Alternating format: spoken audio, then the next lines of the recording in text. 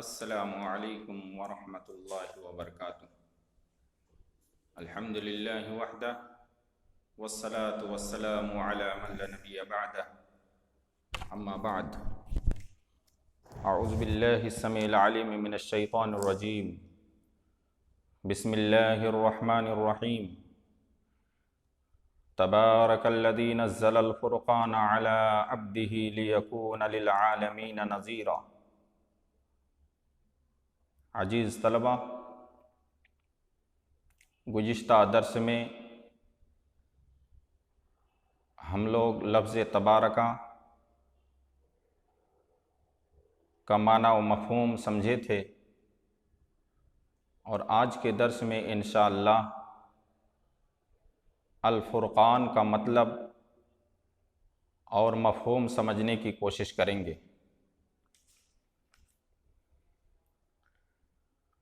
آیت کریمہ کے اندر لفظ فرقان مذکور ہے۔ تبارک الذی نزل الفرقان، بابرکت ہے وہ ذات جس نے فرقان کو نازل کیا۔ تو اب اس سے یہ سمجھنا ہے کہ فرقان کا مطلب اور مفہوم کیا ہے۔ تو شارح رحمۃ اللہ علیہ نے لکھا ہے کہ والمراد فی الفرقان، والمراد بالفرقان القرآن، فرقان سے مراد قرآن ہے۔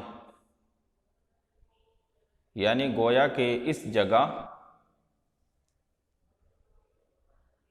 اللہ رب العالمین نے فرقان سے مراد قرآن لیا ہے۔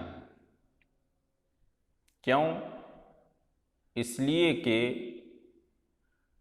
فرقان کا معنی ہوتا ہے حق و باطل، ہدایت و گمراہی کے درمیان فرق کرنے والی چیز۔ تو الحمدللہ قرآن کریم کے اندر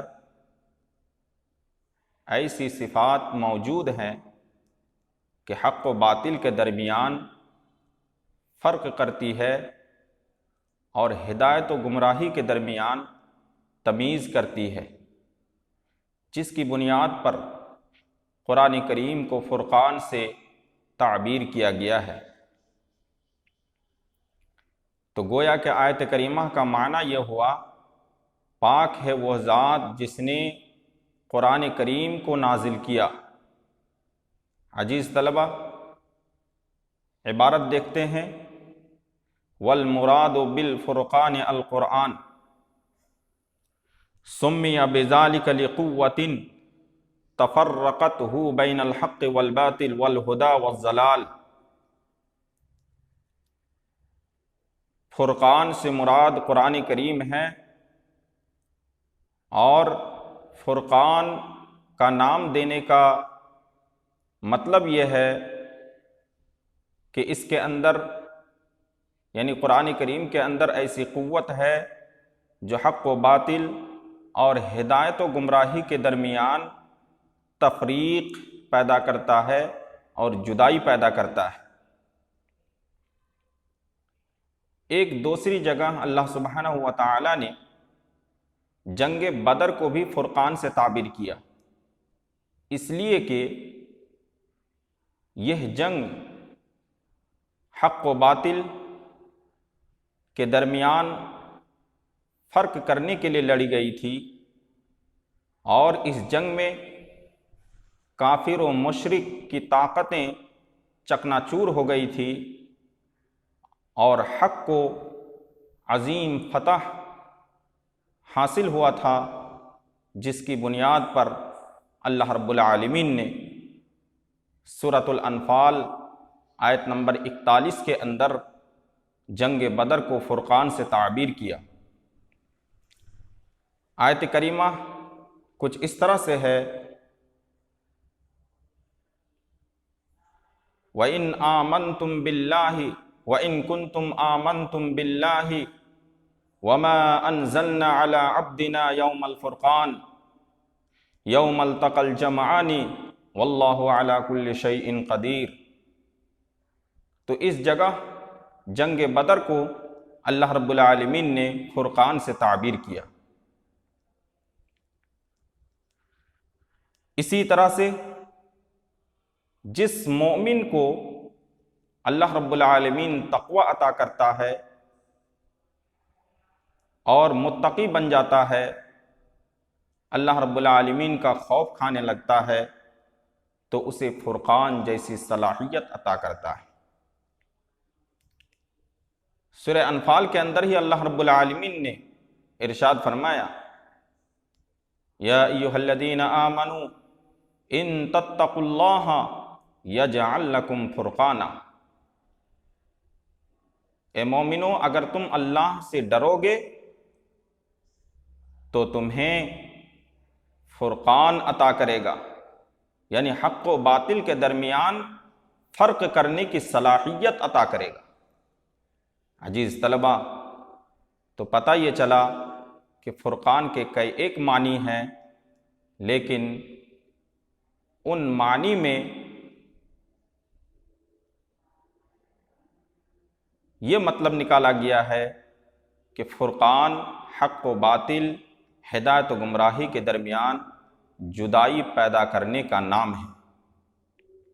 اور اللہ رب العالمین نے اس آیت کریمہ کے اندر نزلہ سے قرآن کو تعبیر کیا ہے، تبارک الذی نزل الفرقان، یعنی نزلہ کہا تشدید کے ساتھ، کیوں؟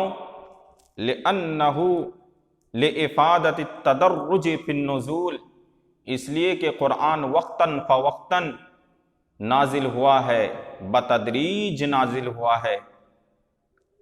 وَأَنَّهُ لَمْ يَنزِلْ جُمْلَةً وَاحِدَةً، ڈائریکٹ ایک بارگی قرآن کریم نازل نہیں ہوا ہے جس طرح سے اور دیگر آسمانی کتابیں ایک بارگی اور ایک ساتھ نازل ہوئی تھیں۔ والمراد بعبدہ محمد صلی اللہ علیہ وسلم، اور اس آیت کریمہ کے اندر جو اللہ رب العالمین نے ارشاد فرمایا کہ تبارک الذی نزل الفرقان علی عبدہ، تو عبد سے کیا مراد ہے؟ شارح رحمۃ اللہ علیہ نے ذکر کیا کہ عبد سے مراد آخری نبی محمد صلی اللہ علیہ وسلم ہے۔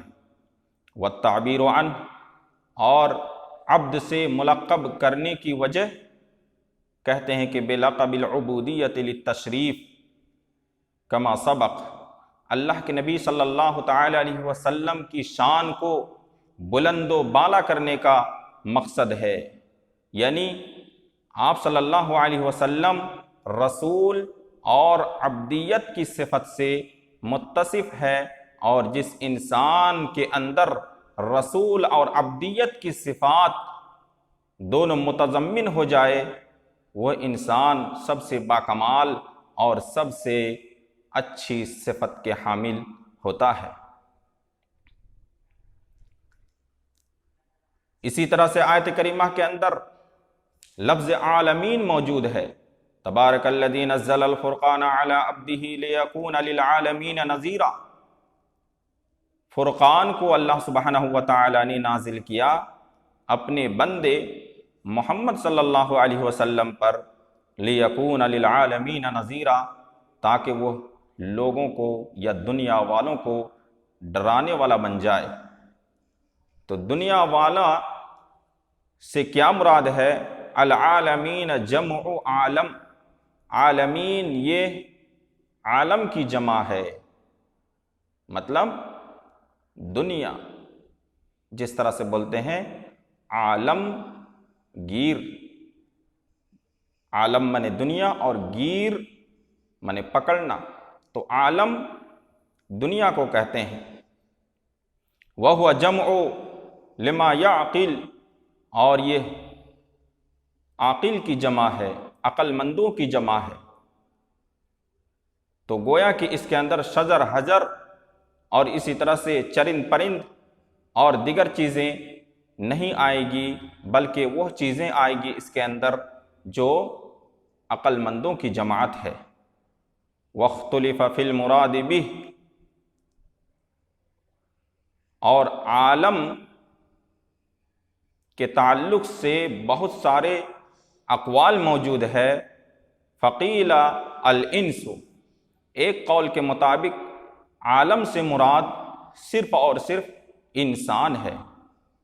وقیل، اور دوسرے قول کے مطابق عالم سے انسان اور جنات دونوں مراد ہے۔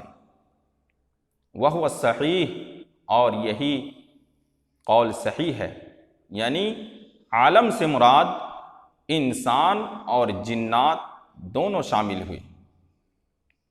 تو اللہ سبحانہ و تعالی نے جو آیت کریمہ کے اندر ارشاد فرمایا لِيَكُونَ لِلْعَالَمِينَ نَذِيرًا، تاکہ دنیا والوں کو ڈرانے والا بن جائے، کون؟ محمد صلی اللہ علیہ وسلم، یعنی دنیا والوں سے مراد یہ ہوگا کہ انسان اور جنات کو آپ صلی اللہ علیہ وسلم ڈرانے والا بن جائے۔ کیوں؟ شارح رحمۃ اللہ علیہ نے ذکر کیا کہ انسان اور جنات عالم سے مراد ہے، اس کی وجہ فقد ثبت ان النبی صلی اللہ علیہ وسلم مرسل الی الجن ایضا، یہ بات قطعی دلیل سے ثابت ہے، یعنی صحیح حدیث سے ثابت ہے، اور قرآن کریم کی آیت کریمہ سے ثابت ہے کہ آپ صلی اللہ علیہ وسلم صرف اور صرف انسان کے لیے رسول بنا کر نہیں بھیجے گئے تھے، بلکہ انسان اور جنات دونوں کے لیے آپ صلی اللہ علیہ وسلم رسول بنا کر بھیجے گئے تھے۔ وَأَنَّهُ يَجْتَمِعُ بِهِمْ وَيَقْرَأُ عَلَيْهِمُ الْقُرْآنَ، بسا اوقات اللہ کے نبی صلی اللہ علیہ وسلم جناتوں کو جمع کرتے اور ان کے پاس تشریف لے جاتے اور انہیں قرآن کریم پڑھ کر سناتے۔ وَأَنَّ مِنْهُمْ نَفَرًا أَسْلَمَ حِينَ سَمِعَ الْقُرْآنَ، اور جنوں میں سے کچھ لوگ یا جنوں میں سے ایک جماعت اسلام قبول کیا جب قرآن کریم کو سنا۔ وَذَهَبَ يُنذِرُ قَوْمَهُ بِهِ، اور قرآن کریم کو سننے کے بعد اسلام قبول کیا، اور اسلام قبول کرنے کے بعد سارے کے سارے مبلغ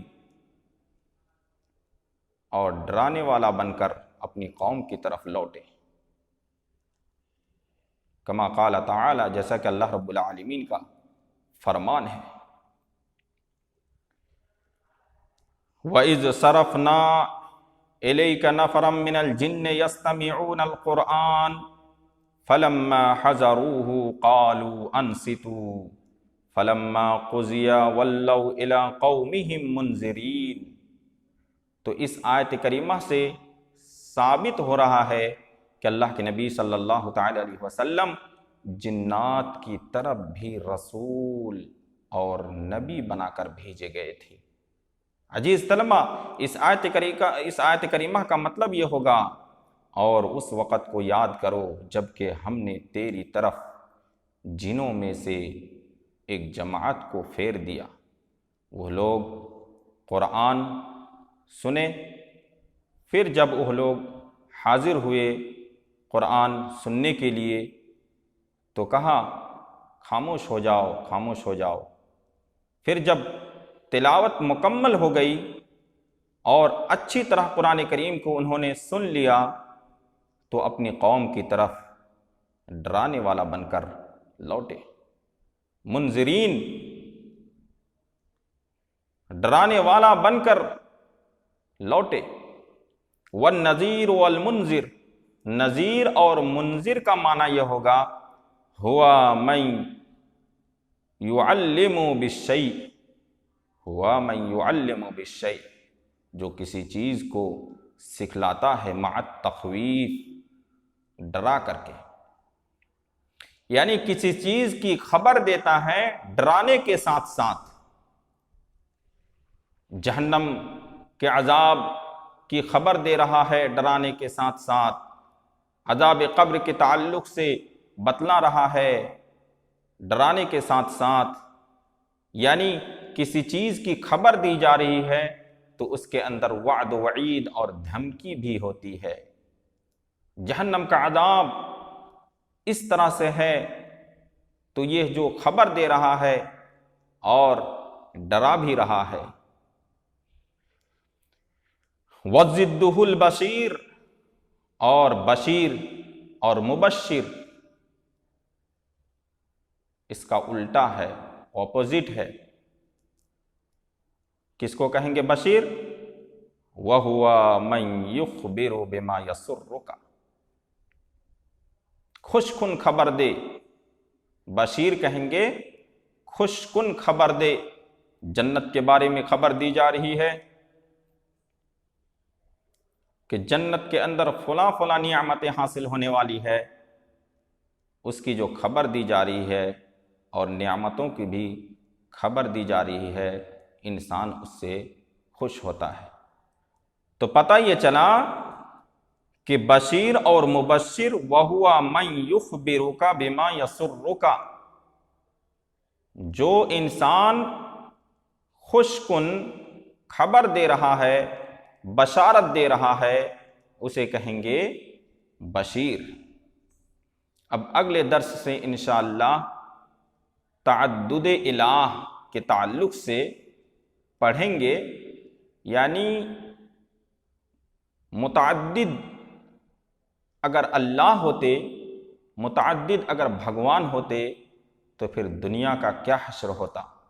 اللہ رب العالمین نے متعدد بھگوان کی تردید اور متعدد الہ کی تنکیر کس طرح سے کی ہے، اس کے تعلق سے انشاءاللہ اگلے درس سے پڑھیں گے انشاءاللہ۔ ھذا وباللہ التوفیق، وصلی اللہ علی نبینا محمد صلی اللہ علیہ وسلم۔ السلام علیکم ورحمۃ اللہ وبرکاتہ۔